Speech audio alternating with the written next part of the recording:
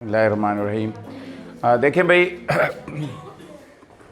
हमारा आज का टॉपिक है measurement of vapour pressure. Vapour pressure को हमने मेजर करना है by manometric method, manometric method.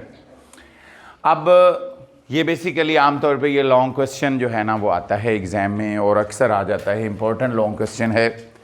और इसमें आप जहाँ से भी याद करें, लाइक बुक से भी अगर आप याद करते हैं तो आपने हेडिंग बना के ज़रूर लिखना है। तो सबसे जो पहली हेडिंग आपको देनी चाहिए वो है इंस्ट्रूमेंटेशन। बहुत आसान टॉपिक है, कोई मुश्किल बात नहीं है। इंस्ट्रूमेंटेशन, ठीक है। इंस्ट्रूमेंटेशन से मुराद है कि इसके अंदर क्या क्या चीज़ है, ठीक है। मतलब इसके अंदर कौन कौन से पार्ट्स हैं, इसके अंदर कौन कौन से हिस्से हैं जो काम कर रहे हैं। उसके बाद दूसरी जो हेडिंग आप देंगे वो देंगे वर्किंग। क्या देंगे? वर्किंग।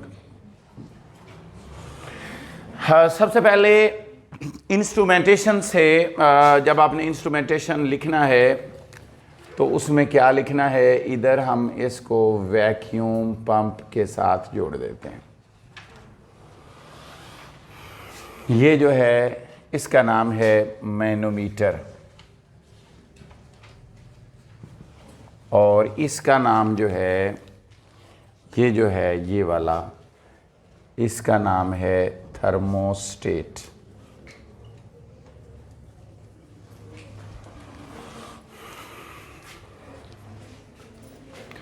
जी ज़रा तवज्जो करें, अगर आप देखें तो ये एक बीकर नुमा मटीरियल बना हुआ है, नज़र आ रहा है। सबसे पहले इंस्ट्रूमेंटेशन में आपने लिखना है कि ये जो बीकर नुमा मटीरियल है इसको हम थर्मोस्टेट कहते हैं। क्या कहते हैं? और इसके अंदर एक राउंड बॉटम फ्लास्क पड़ी है, नज़र आ रही है। राउंड बॉटम फ्लास्क जो है ना वो ऐसे बिल्कुल मतलब फ्लैट पेंदे वाली भी होती है, फ्लैट बॉटम वाली, ठीक है। तो वो डिफरेंट होती है, ठीक है। तो हम जहाँ पर हीट वगैरह करते हैं ना जब किसी चीज़ को, तो हम वो फ्लैट वाली नहीं लेते, हम राउंड बॉटम फ्लास्क लेते हैं। और स्पेशली जब उसको किसी लिक्विड वगैरह में डिप करना हो और उसको फिर हीट करना हो तो फिर हम राउंड बॉटम फ्लास्क लेते हैं। तो ये जो है यहाँ पर बेसिकली लिक्विड भी होगा, सही है।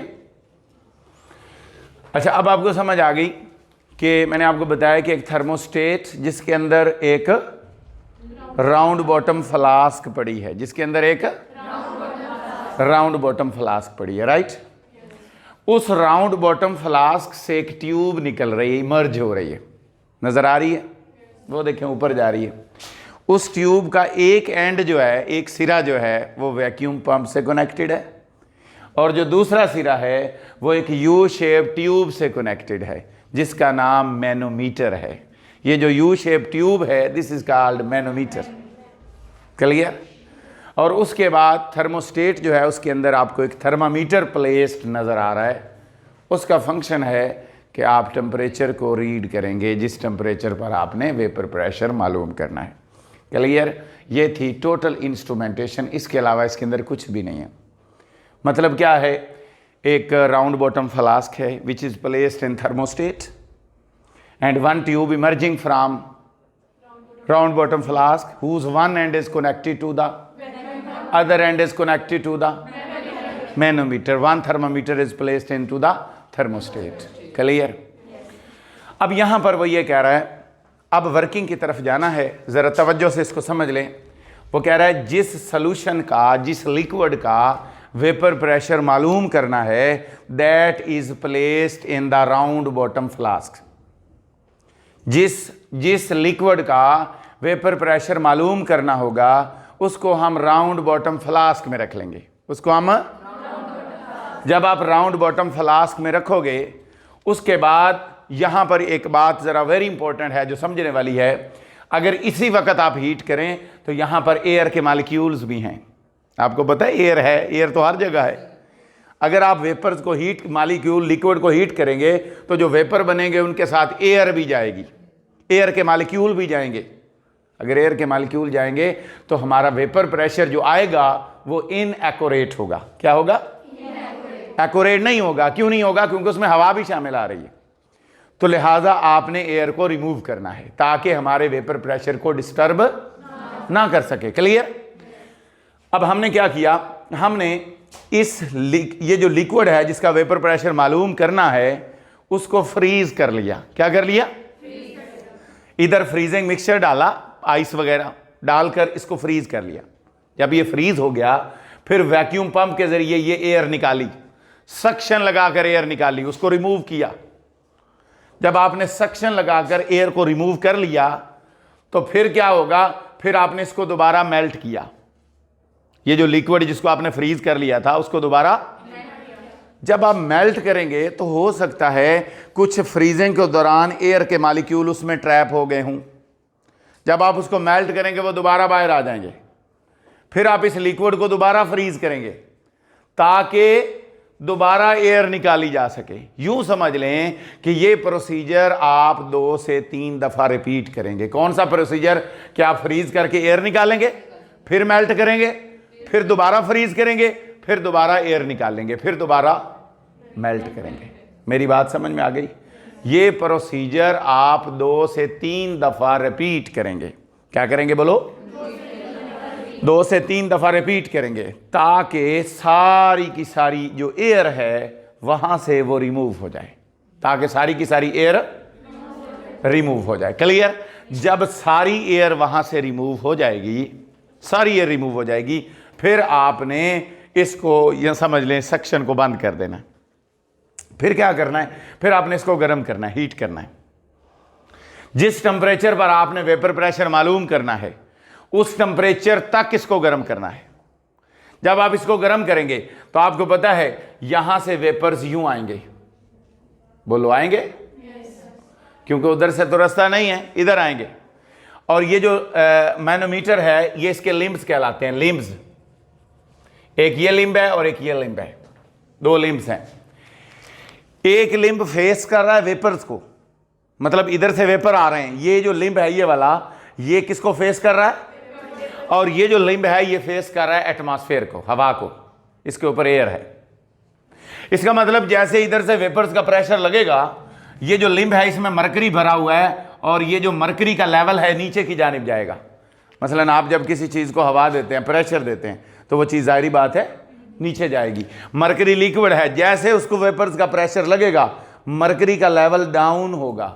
मरकरी का लेवल बोलो। जब मरकरी नीचे जाएगा तो ऑब्वियसली इधर से नीचे जाएगा, तो इधर से, ये मेरी बात क्लियर हो गई? इधर से मरकरी नीचे जाएगा और उधर से, तो दोनों के दरमियान एक नेट डिफरेंस क्रिएट होगा। दोनों के दरमियान एक नेट, उस नेट डिफरेंस को हम डेल्टा एच कहते हैं। उस डेल्टा एच की स्केल से, ये जो इस तरह का स्केल होता है, उससे आपने मिलीमीटर तक की वैल्यू मेजर कर लेनी है। मेरी बात समझ में आ गई?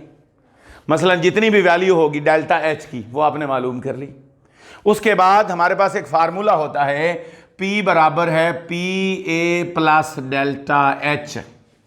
ये जो PA है this is called atmospheric pressure. PA is called atmospheric pressure. Atmospheric pressure क्या है? मतलब जो हवा का प्रेशर है। मतलब कराची में और होगा, यहाँ पे और होगा, और मरी में और होगा, और माउंट एवरेस्ट पे और होगा। जहाँ पे ये एक्सपेरिमेंट कर रहे हैं उस वक्त जितना भी एटमॉस्फेयर का प्रेशर है वो यहाँ पे पुट कर देना है, और प्लस डेल्टा एच की जितनी वैल्यू यहाँ से निकलेगी वो इसमें पुट कर देनी है, और जो जवाब आएगा वो वेपर प्रेशर ऑफ लिक्विड होगा। क्लियर? तो आप इसको 1-2 मिनट के लिए रीड कर लें, 1-2 मिनट के लिए रीड कर लें, उसके बाद फिर हम आगे चलते हैं।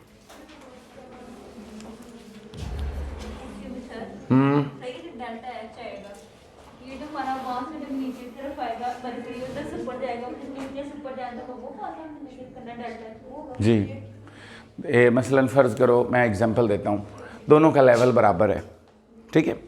अब ज़ाहिर बात जब इधर से नीचे जाएगा तो इधर से ऊपर जाएगा, तो इन दोनों के दरमियान एक डिफरेंस बनेगा। इन दोनों के दरमियान वो डिफरेंस डेल्टा एच। समझ आई?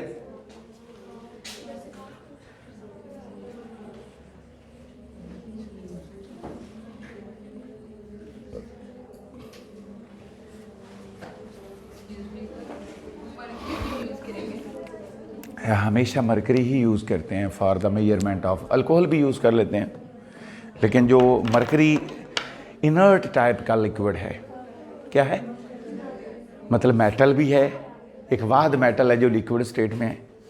मरकरी आपको पता है मेटल है लेकिन लिक्विड स्टेट में है, और फिर इनर्ट लिक्विड है, मतलब इसकी मूवमेंट बहुत रैपिड है, समझ आ गई, इसलिए ज़्यादा सेंसिटिविटी देता है।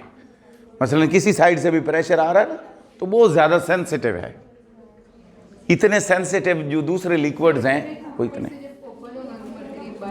नहीं। बाहर ऊपर से ओपन, ऐसे ओपन नहीं है ना, मतलब ऊपर बाहर तो नहीं निकला, ओपन तो नहीं है ना, वो तो मैंने आपको बताया कि एक लिंब जो है उसको ऊपर वो नज़र आ रहा है लेकिन ओपन नहीं है, ओपन तो नहीं ना हो सकता।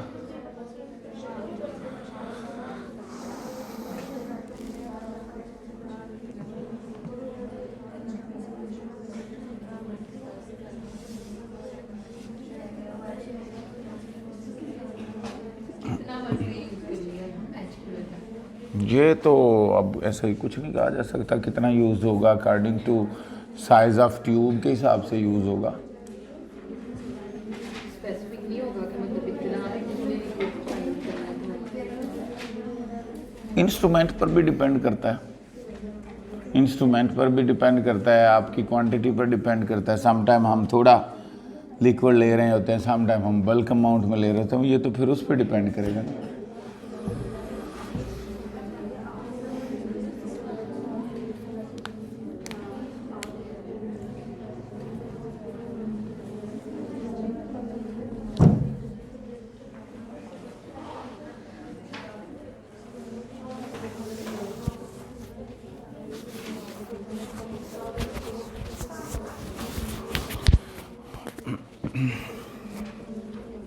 देखें भाई, पढ़ लिया, चलें, ओके होगी बात। अब हमारा अगला टॉपिक जो है वो है बॉइलिंग पॉइंट। अब आपको बताया गया है कि आपने पढ़ लिया है कि जब टेम्परेचर बढ़ता है तो वेपर प्रेशर बढ़ता है, सही है। आपने ये पढ़ लिया है कि जब हम टेम्परेचर को ज़्यादा करते हैं तो वेपर प्रेशर भी ज़्यादा होता है, ये बात आपके जहन में बैठ जानी चाहिए। अब वो ये कह रहा है कि जब हम किसी भी लिक्विड को गर्म करना शुरू करते हैं, ज़रा तवज्जो से सुनिएगा, जब हम किसी भी लिक्विड को गर्म करना शुरू करते हैं तो उसी का वेपर प्रेशर भी आम रूटीन की तरह बढ़ता जाता है, बढ़ता चला जाता है। जैसे जैसे हम ज़्यादा टेम्परेचर करते जाएंगे उसका वेपर प्रेशर, कहता है एक स्टेज ऐसी आएगी कि जब उस लिक्विड का वेपर प्रेशर हवा के प्रेशर के बराबर हो जाएगा। एक स्टेज बोलो ऐसी आएगी कि हवा के प्रेशर के बराबर लिक्विड का वेपर प्रेशर हो जाएगा, यानी जिसको आप गर्म कर रहे हैं, जिसका वेपर प्रेशर बढ़ रहा है, वो वेपर प्रेशर बढ़ते बढ़ते किसके बराबर हो जाएगा, हवा के प्रेशर के बराबर। हवा के प्रेशर को आप एक्सटर्नल प्रेशर कह लें, आप एटमॉस्फेरिक प्रेशर कह लें।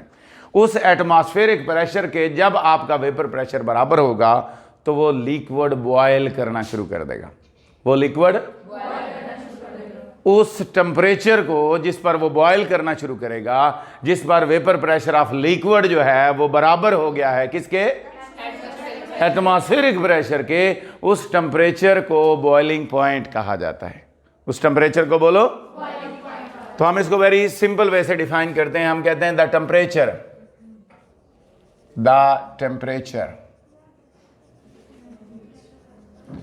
Eight which vapor pressure of liquid becomes equal to the external कह लें, एटमॉस्फेरिक कह लें, जो मर्जी कह लें, external pressure is called boiling point.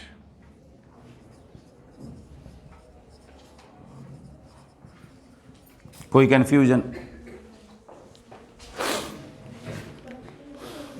Any confusion? आगे हमारा है factors.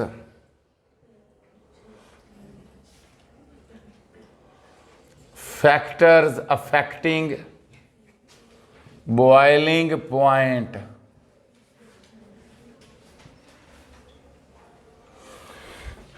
Factors affecting the boiling point, कौन कौन से फैक्टर्स हैं जो बॉइलिंग पॉइंट पर अफेक्ट होते हैं। सबसे जो पहला फैक्टर है वो है इंटरमॉलिक्यूलर फोर्सेस, इंटरमॉलिक्यूलर फोर्सेस, जिसको आप नेचर ऑफ लिक्विड भी कह सकते हैं। और दूसरा है एक्सटर्नल या एटमॉस्फेरिक प्रेशर। क्लियर? सबसे पहले हम इंटरमॉलिक्यूलर फोर्सेस की बात करते हैं। ये ज़रा समझने वाले नुक्ते हैं। मसलन फ़र्ज़ करें ये इस जगह पे आपका एटमॉस्फेरिक प्रेशर है, ठीक है। मसलन यहाँ से आपका लिक्विड पड़ा हुआ है, इसका वेपर प्रेशर लेकर यहाँ तक जाना है। मेरी बात क्लियर हो रही है? अगर आपका लिक्विड जो है वो मोर वोलेटाइल है, मोर वोलेटाइल का मतलब है ज़्यादा वेपर प्रेशर बनाता है, आप उसको थोड़ा सा हीट करते हैं वो बहुत ज़्यादा वेपर प्रेशर डेवलप करता है, तो ऐसा वेपर प्रेशर जल्दी एटमॉस्फेरिक को टच कर जाएगा। बात ज़रा गौर से समझे, क्या कहा मैंने? अगर जिसका वेपर प्रेशर ज़्यादा होगा उसका वेपर प्रेशर जल्दी एटमॉस्फेरिक के बराबर होगा। अगर उसका वेपर प्रेशर जल्दी एटमॉस्फेरिक के बराबर होगा तो इसका मतलब यह है कि उसको थोड़ा टेम्परेचर देना पड़ेगा। बोलो, जब उसको थोड़ा टेम्परेचर देना पड़ेगा तो उसका बॉइलिंग पॉइंट लो होगा। क्लियर?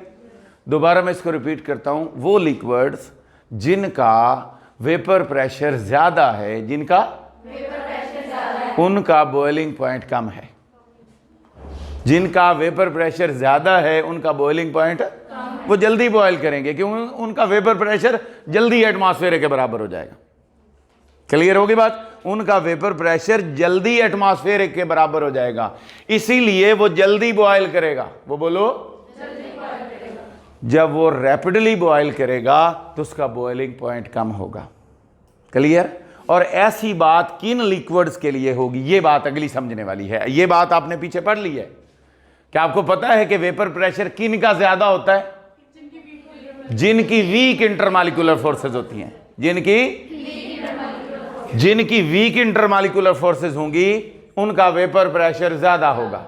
जिन मॉलिक्यूल में इंटरमॉलिक्यूलर फोर्सेस वीक होंगी उनका वेपर प्रेशर बोलो, और जिनका वेपर प्रेशर ज्यादा होगा उनका बॉइलिंग पॉइंट कम होगा, उनका boiling point and vice versa. मसलन एग्जाम्पल मैं आपके सामने लिख देता हूं, पेट्रोल और वाटर।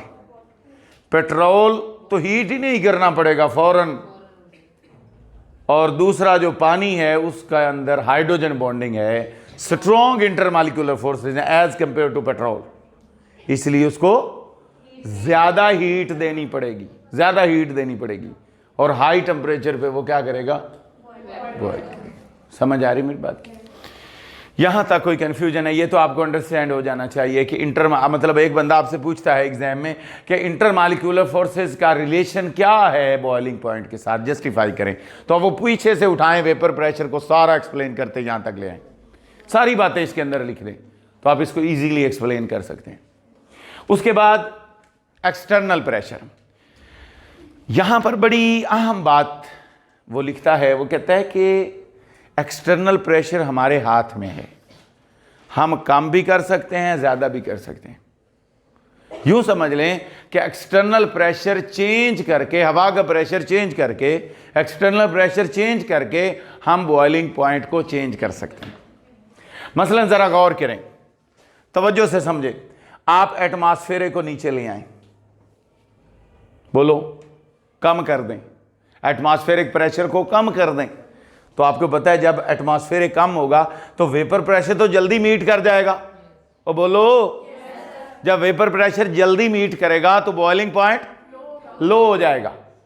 जब इसको आप नीचे लेकर आओगे, एटमॉस्फेरिक प्रेशर को कम करोगे, बॉइलिंग पॉइंट कम हो जाएगा।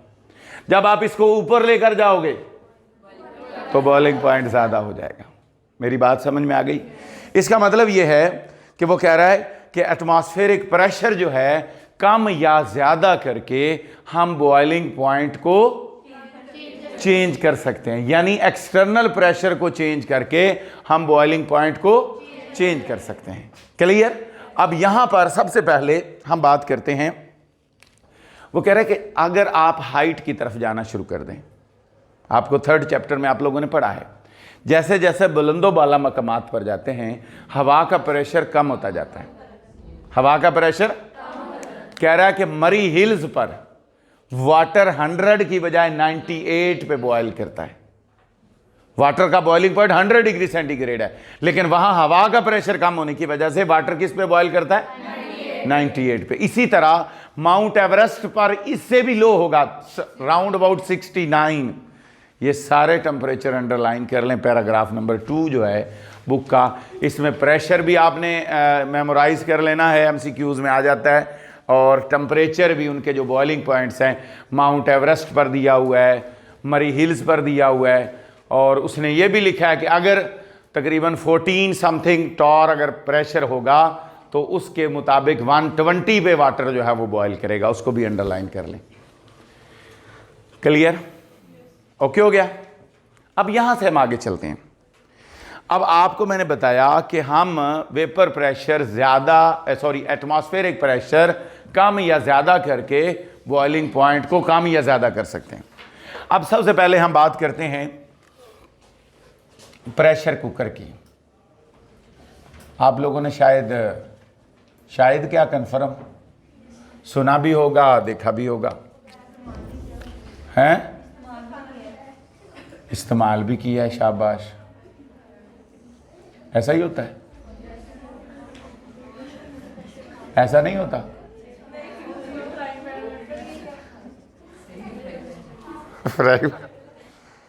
ओके, सबसे पहले प्रेशर कुकर के बारे में सुन लें। It is a closed container, ये एक बंद बर्तन है। अब यहां पर क्या है, यहां जब आप कोई चीज़ नीचे रखते हैं तो ये समझ लीजिए इसकी एटमॉस्फेयर है। मेरी बात समझ में आ गई? जब आप इसको यहां से गर्म करेंगे, जब आप इसको गर्म, क्योंकि आप नीचे से मुसलसल हीट कर रहे हैं, बहुत ज़्यादा हीट कर रहे हैं, और इसका जो मॉलिक्यूल्स हैं वो एटमॉस्फेयर का हिस्सा बन रहे हैं। इसके अंदर हर आने वाले लम्हे में एटमॉस्फेरिक प्रेशर बढ़ रहा है। मेरी बात समझ में आ रही है? देखें, लिक्विड के मॉलिक्यूल जो हैं, जो वेपर्स बन रहे हैं, they are going to mix into the air. In this sense याद रख लें, इसका एटमॉस्फेरिक प्रेशर बढ़ता जा रहा है। इसका एटमॉस्फेरिक प्रेशर बढ़ता जा रहा है, इतना ज्यादा बढ़ जाएगा कि इसके अंदर बॉयल करना मुश्किल होगा। मेरी बात समझ में आएगी? आमतौर पे वो कहते हैं ना कि इसके अंदर लिक्विड्स ना रखे जाएं। लिक्विड्स जो मतलब हैं दूध वगैरह, वो इसके अंदर बॉयल नहीं होता। समझ आ गई मेरी बात की? उसकी वजह यही है कि इसके अंदर एटमॉस्फेरिक प्रेशर बहुत ज़्यादा हो जाता है। और याद रख लें, कोई चीज़ जो है जिससे आप किसी चीज़ को पकाते हैं वो हीट है। मसलन चूल्हे पे रखते हैं किसी चीज़ को, वो बॉइलिंग पॉइंट से नहीं गल रही। अगर गोश्त पक रहा है तो वो बॉइलिंग पॉइंट से नहीं पक रहा, वो हीट से पक रहा है। और मैक्सिमम हीट जो है, मैक्सिमम हीट वो उसके बॉइलिंग पॉइंट तक मुहैया हो सकती है। ये बात बड़ी समझने वाली है। मसलन एक चीज़ है 10 पे बॉयल कर रही है, 10 डिग्री सेंटीग्रेड पे बॉयल कर रही है, उसके अंदर टेम्परेचर ही 10 है, उसके अंदर हीट नहीं है। और एक जाके 150 पे बॉयल कर रही है, तो उसके अंदर देखे कितनी हीट है। बॉयल तो दोनों कर रहे हैं। अब जो ज्यादा टेम्परेचर पे जाके बॉयल करेगा उसके अंदर ज्यादा हीट होगी। जब उसके अंदर ज्यादा हीट होगी, खाना जल्दी पकेगा। मेरी बात समझ? उसका बॉइलिंग पॉइंट आया ही नहीं है, उसके बॉइलिंग पॉइंट से पहले पहले ही बहुत ज्यादा हीट है, तो 100 पे बॉयल कर गया है। तो यहां पर क्या होता है, एक्सटर्नल प्रेशर बहुत ज्यादा बढ़ जाता है, इसीलिए वो बॉइलिंग पॉइंट की रेंज आती ही नहीं है, उसके अंदर हीट ही बहुत ज्यादा हो जाती है। और हीट बहुत ज्यादा होने की वजह से खाना जो है सेकंड्स और मिनट्स के अंदर जो है वो पक जाता है। मेरी बात समझ में आ गई? क्लियर हो गया पॉइंट? नहीं क्लियर हुआ? क्या क्या नहीं क्लियर हुआ? देखें, ये एक बंद बर्तन है। क्या है? बंद बर्तन है। इसके अंदर मैंने आपको बताया है कि जो आप नीचे से जो गर्म कर रहे हैं वही मालिक्यूल्स जो हैं वो ऊपर जा रहे हैं, और उसका जो हवा का प्रेशर है ना एटमॉस्फेरिक, वो बढ़ता चला जा रहा है। वो क्या हो रहा है? बढ़ता चला जा रहा है, ज़्यादा होता जा रहा है। जब उसका एटमॉस्फेरिक प्रेशर बढ़ता जाएगा तो बॉइलिंग पॉइंट तो नहीं आएगा। क्या आ जाएगा? जब बॉइलिंग पॉइंट नहीं आएगा, कोई भी चीज़ अपनी बॉइलिंग से पहले जो हीट है ना वो प्रोवाइड करती है। अगर वो बॉयल होगी, समझ लो उसके बाद उसके अंदर हीट नहीं है, बॉइलिंग पॉइंट से पहले जो उसके अंदर हीट है वो आपको मिल जाएगी और उसी से आपका खाना पकेगा। अगर एक चीज़ बॉयल हो रही है 70 पे, फ़र्ज़ करें आप माउंट एवरेस्ट पे खड़े हैं, 69 पे आपका वाटर बॉयल हो रहा है, तो 69 के अंदर तो हीट नहीं है जो 100 में होनी थी। बोलो, आम टेम्परेचर अगर होता तो 100 पे पानी बॉयल होता। अब 100 टेम्परेचर में कितनी हीट है और 69 में कितनी हीट है, फ़र्क नज़र आ रहा है ना। हीट क्या है? हीट प्रॉपर्टी है, वो हीट चेंज हो रही है टेम्परेचर की वजह से। जितना टेम्परेचर ज़्यादा होगा हीट भी ज़्यादा होगी। तो आपका खाना जो है वो हीट से पकना है। 69 पे अगर वाटर बॉयल कर रहा है तो उसमें हीट कम है, उसमें खाना नहीं पकेगा। आपको चाहिए ज़्यादा हीट, जितनी ज़्यादा हीट कर लोगे उतना खाना जल्दी पक जाएगा। और हीट ज़्यादा कैसे की है? बॉइलिंग पॉइंट को बढ़ाकर। जितना बॉइलिंग पॉइंट आगे ले जाओगे हीट उतनी बढ़ जाएगी। मेरी बात समझ में आ गई? अब हमने यहां बॉइलिंग पॉइंट बहुत बढ़ा लिया है, इसको बंद करके एटमॉस्फेरिक प्रेशर बढ़ाया है। बोलो, और जब एटमॉस्फेरिक प्रेशर बढ़ाया है तो बॉइलिंग पॉइंट बहुत ज़्यादा बढ़ गया है। जब बॉइलिंग पॉइंट बहुत ज़्यादा बढ़ा है तो फिर अल्टीमेटली उसके अंदर हीट भी बढ़ गई है, इसीलिए खाना इसमें जल्दी पकता है। क्लियर होगी बात? अब इसके बाद एक और बात है, वो है दूसरी, वो है वैक्यूम डिस्टिलेशन।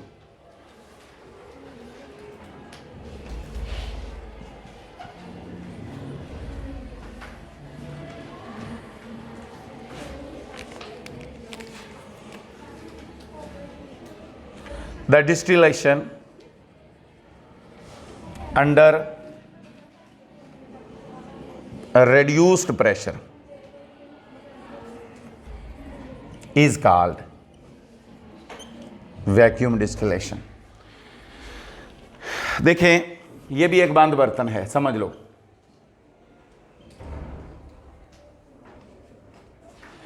इसके अंदर दो लिक्विड्स, मैं आपको पहले डिस्टिलेशन की बात कर लूं। डिस्टिलेशन क्या होता है? डिस्टिलेशन कहते हैं प्योरिफिकेशन को, साफ करना। क्या? बॉइलिंग पॉइंट जो या बॉयल करना किसी भी चीज को, ये is a one type of distillation. ये भी एक तरह की प्योरिफिकेशन है जब आप किसी चीज को गर्म करते हैं। अब मिसाल के तौर पर, आम तौर पे मैं पहले आपको डिस्टिलेशन समझा लूं। दो लिक्विड हैं ए और बी, ए का बॉइलिंग पॉइंट फर्ज करें 70 है, बी का 100 है। ए का 70 है, बी का 100। जब आप इसको गर्म करेंगे तो जिसका 70 है वो पहले बॉयल होगा। बोलो, जब वो पहले बॉयल होगा वो पहले निकल जाएगा।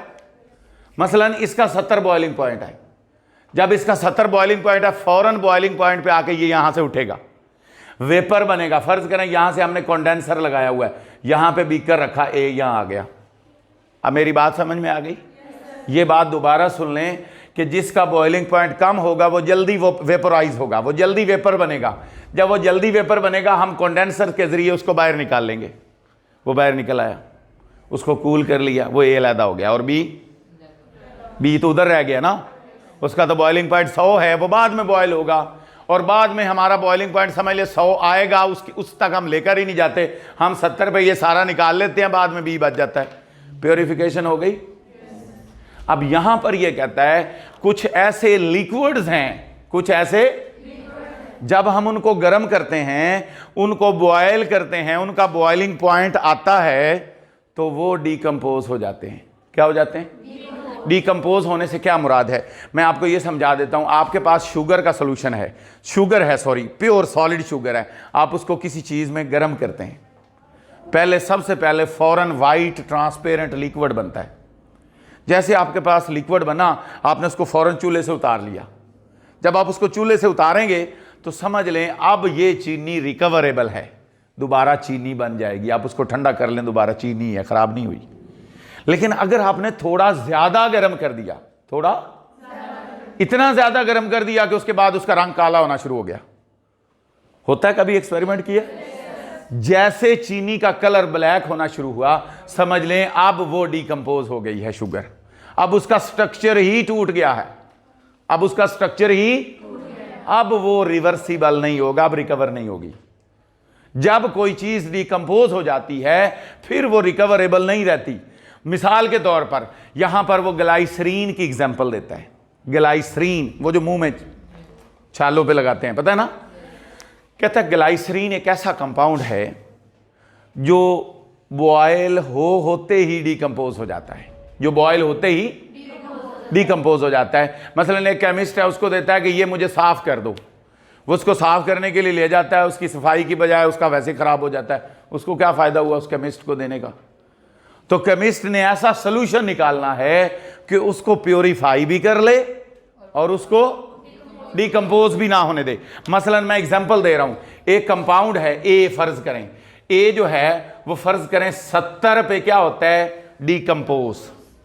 70 पे क्या होता है, और 70 ही इसका बॉइलिंग पॉइंट है, 70 इसका बॉइलिंग पॉइंट है और 70 ही।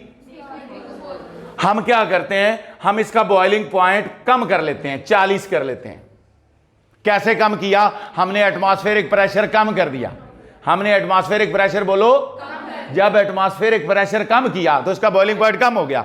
अब आप याद रख लें 40 पे वो बॉयल तो हो जाएगा मगर डिकम्पोज नहीं होगा। जब वो डिकम्पोज नहीं होगा तो हमारी डिकम्पोजिशन से बच गए हम, और हमारा कंपाउंड भी प्योरीफाई हो गया। समझ आ रही है? हैं? हमारा कंपाउंड जो है वो डिकम्पोज होने से भी बच गया और प्योरीफाई भी हो गया। तो ये है वैक्यूम डिस्टिलेशन, कि हम वैक्यूम क्रिएट कर देते हैं। हम यहां पर कंटेनर के अंदर बंद करके उसमें से वैक्यूम क्रिएट कर देते हैं, उसमें से एयर को रिमूव कर देते हैं। जब एयर रिमूव करेंगे तो प्रेशर क्या हो जाएगा, कम हो जाएगा। प्रेशर क्या हो जाएगा? जब एक्सटर्नल प्रेशर कम होगा तो अल्टीमेटली बॉइलिंग पॉइंट कम हो जाएगा। उसमें से ग्लाइसरीन की उसने एग्जांपल दी है। उसने कहा ग्लाइसरीन अपने ही बॉइलिंग पॉइंट पे डिकम्पोज हो जाता है, उसको हम बचाने के लिए वैक्यूम डिस्टिलेशन का इस्तेमाल करते हैं। इसलिए पहला इसका फायदा ये हो गया कि डिकम्पोजिशन से बच गए, डिकम्पोजिशन से। दूसरा मकसद तो प्योरीफाई करना था, मकसद तो जब प्योरीफाई करना था हमें हीट भी कम करना पड़ा, क्योंकि बॉइलिंग पॉइंट कम हो गया, हीट भी, जब हीट कम करनी पड़ी तो हमारा फ्यूल भी बच गया, हमारा टाइम भी बच गया। तो टाइम कंज्यूमिंग भी नहीं है, इकोनॉमिकल भी है, फ्यूल सेविंग हो गई, और किससे बच गए? डिकम्पोजिशन ऑफ मैनी कंपाउंड्स जो है उससे हम अवॉइड हो गए। तो ये इसके फैक्टर्स, बॉइलिंग पॉइंट, और ये उसका यहाँ से सवाल हैं दो कि व्हाट इज़ वैक्यूम डिस्टिलेशन, उसके एडवांटेजेस क्या हैं, इंक्रीज्ड प्रेशर की कौन सी एग्जांपल है, रिड्यूस्ड की कौन सी है, और उसके बाद फिर 2-3 MCQs के हवाले से जो मैंने आपको निशान लगवाए हैं वो, और उसके बाद फिर बॉइलिंग पॉइंट क्या है, इसके ऊपर कौन कौन से फैक्टर्स अफेक्ट करते हैं, और मेजरमेंट जो है ये लॉन्ग क्वेश्चन है। ओके होगी बात?